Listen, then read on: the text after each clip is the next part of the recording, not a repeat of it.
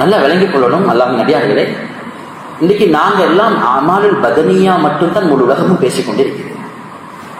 அமாலுல் பதனியா என்ன தெரியுமா?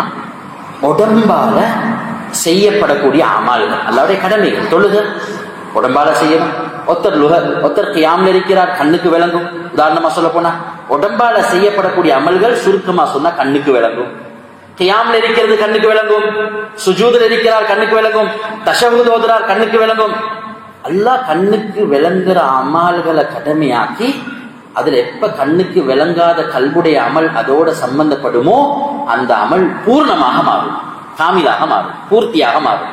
அதற்குரிய கூலியும் மிக புரோசனமாக கிடைக்கும்.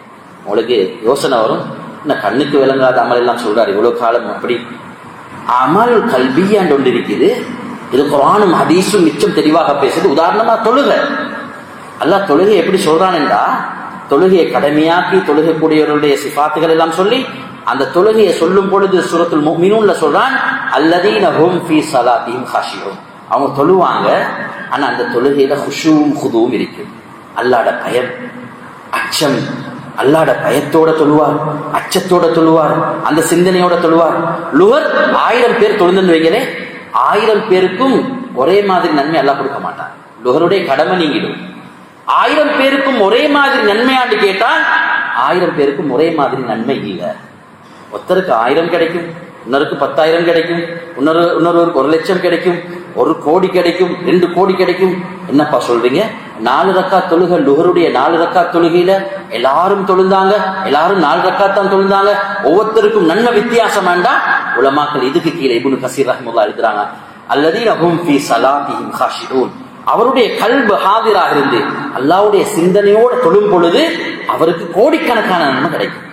1000 ரக்காத் ஒருத்தர் தொழுகிறார் உதாரணமாக, ஆனா 1000 ரக்காத்தும் குஷூவும் இல்லை, குதுவும் இல்லை, அல்லாஹ்ட பயம் இல்லை, திக்ர் இல்லை, அச்சம் இல்லை, அந்த சிந்தனையோட தொழல் இல்லை.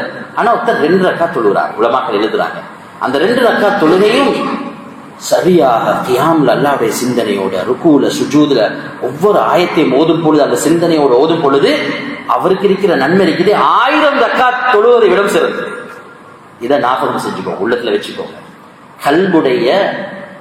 கல்புடைய கடுகளவு அமல், கல்புடைய கடுகளவு அமல் உடம்பால செய்த மலையளவு அமலை விட சிறந்தது. கல்புடைய கடுகளவு அமல் உடம்பால செய்யற மலையளவு அமலை விட சிறந்ததாக மாறிடும். காபாவை வலம் வார அவருடைய நியத்து இஹ்லாஸ் இல்ல, அல்லாஹ்வுக்காக செய்யல, எல்லாரும் ஹாஜி என்று சொல்லணும் என்ற நியத்தோட காபா. ஒருத்தர் ஒரு வீட்டுல தொங்கல் இருந்து கொண்டு, எங்கேயோ உலகத்துல தொங்கல் இருந்து கொண்டு நினைக்கிறார், ஒன்னும் அந்த காபாவை பார்க்க கிடைக்கலையே, அந்த காபாவை கண்ணால மௌத்துக்கு முன்னால பார்க்கணுமே. இவருடைய கூலி இருக்கிறே அங்க அவர் உடம்பால செய்யற தவாஃபை விட சிறந்ததாக மாறிடும். ஹஜ்ஜி செய்யாதவங்க நியத்து வைங்க. இந்த இடத்துல நான் எத்தனையோ பேர் என் வாழ்க்கையில பார்த்திருக்கிறேன். 10 வருஷம் உண்டியல் போட்டு சல்லி போட்டு சேர்த்து ஹஜ்ஜி செஞ்சவங்க இந்த கொழும்புலக்க பார்த்திருக்கிறோம். மிச்சம் தூரம் போவான கொழும்புள்ளக்க சாதாரணமா கடையாப்பம் விற்கிற ஒரு பெண், சாதாரணமா சின்ன கூலி வேலை செய்யற ஒரு ஆண், உண்டியல்ல சல்லி போட்டு நியத்து வச்சு சுப்ஹானல்லாஹ் அந்த போறதுக்கு சலாம் கொடுக்க வார நாள் இருக்கிறேன், கண்ணீரோட வந்து சொல்றாங்க, நியத்து வச்சோம், கொஞ்சம் கொஞ்சமா பணம் சேர்த்தோம், அல்லாஹ் மௌத்துக்கு முன்னால் அந்த காபாவை பார்க்கிற சந்தர்ப்பத்தை அல்லாஹ் தந்தான். எனக்கும் உங்களுக்கும் மேலே சந்ததிக்கும் அல்லாஹ் அந்த பாக்கியத்தை நஷீபாக்குவான்.